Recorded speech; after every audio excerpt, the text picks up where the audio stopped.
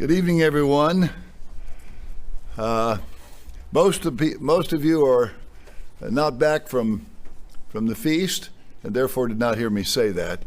But the rest of you are back. Good to see you all. I guess we still have a few here from the feast. I wanted to make about 3 minutes of comments that could be given to everyone as soon as we're done here, within a few minutes.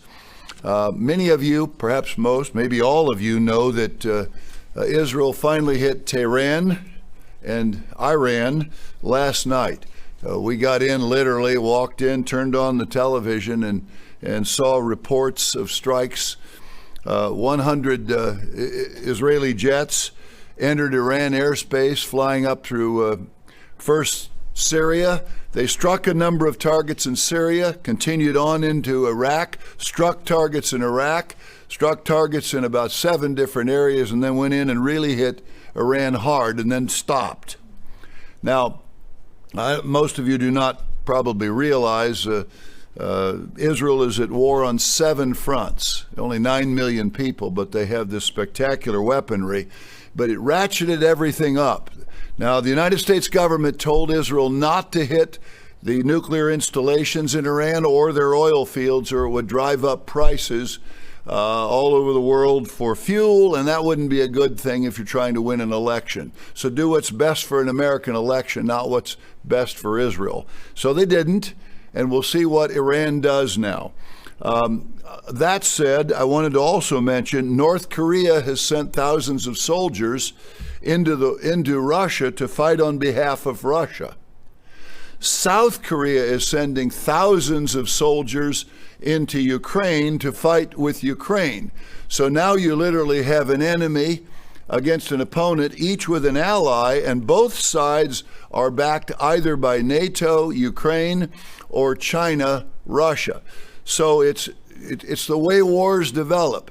The Axis powers were a series of nations, Germany, Italy, and Japan, that formed one coalition, and they went up against the Allies in World War II. Wars develop into world wars because other nations either jump in, or they're drawn in, or they're induced. They're kind of bought off to come in.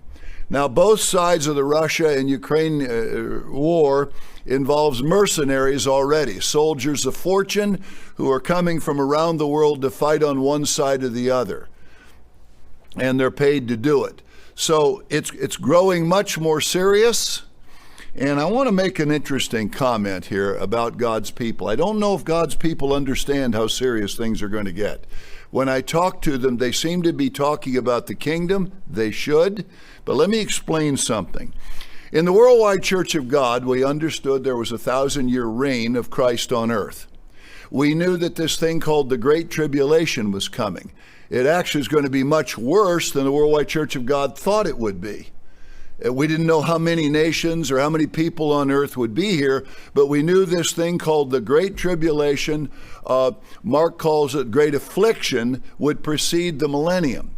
Now, we didn't know there was a kingdom in front of the Great Tribulation. And therefore, it never crossed anyone's mind they should look to see if there were a smaller tribulation or a smaller affliction before the kingdom that no one saw.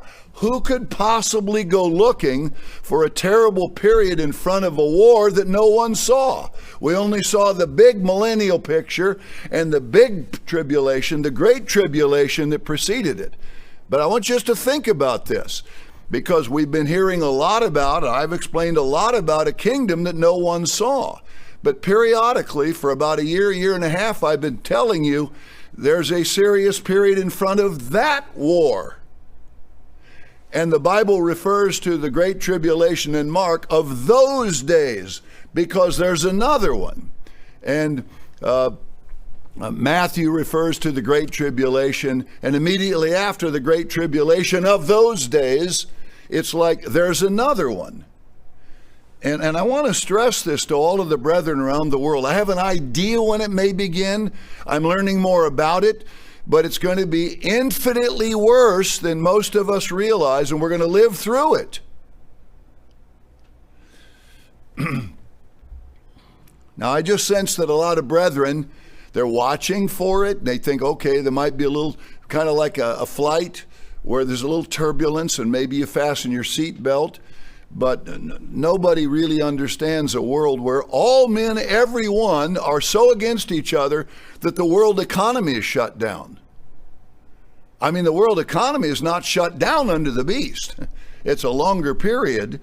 But I just would ask you to be aware of this. Walk with God. Stay close to God. I mentioned at the feast, I'm quite certain I know the date that this is over. I'm quite certain I do. And in the next weeks, I will lay out the foundation for giving you that date. But I also know that times are coming, a time is coming that is probably more terrible, maybe infinitely more terrible before that date, which is not a long way out, but it's not in the next week or two either. I will show you what the Bible says, as I mentioned in my last message, and you'll understand how plain it is. Then I'll prove it in about 40 ways. So there'll be no doubt in your mind or anybody's mind when this is over. But I wanted everybody to know the plan I have over the next, we'll just say next weeks. I don't want to say too much more than that. Not my intention any sooner than I need to give you that date. I will lay down the foundation so that when you receive it, as I said, I think a few days ago, it will be impossible to disbelieve it. Those are the things I ask all of the brethren around the world as your shepherd to be aware of.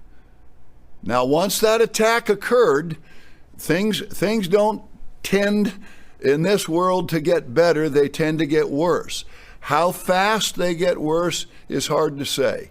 And I will tell you what I suspect when it's time to tell you that, in terms of when I think things are going to really turn south, and I mean hard and fast. So with that, we will